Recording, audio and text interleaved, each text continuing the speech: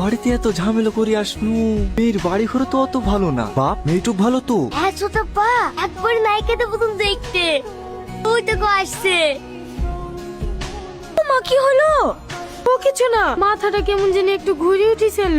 এই জেসমিন, তুই বুড়ি খেলে গিয়ে একটু চেয়ারে বসা, আমি চাটা করে নিয়ে আসি। ঠিক আছে খালা। বৌমার ফোন পেয়ে বাধা থেকে দৌড়াতে দৌড়াতে আসছি। আমাদের এদিকে আবার একটা টুকটুকিও চলে না। খবর সব ভালো তো বাপ? হ্যাঁ ভালো। বলছি ছেলে মেয়ে যখন দুজন দুজনকে পছন্দ, তখন বিয়েটা একটা ফাইনাল করে ফেলাই ভালো নাকি? হ্যাঁ তা তো অবশ্যই। বৌমা এখনো চামচটি দেওনি? নিয়ে আসছি আব্বা।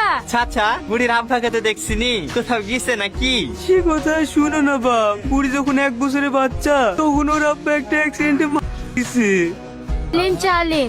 চাচা এত খুশিতে আর মন খারাপ করেন না, চাটা খেলেন। বলছি চাচা, আগামী শুক্রবার দিনটা খুব ভালো দিন আছে, ওই দিনটাই ফাইনাল করে নাকি? হ্যাঁ করো। বলছি ছেলের তরফ থেকে কোনো দাবি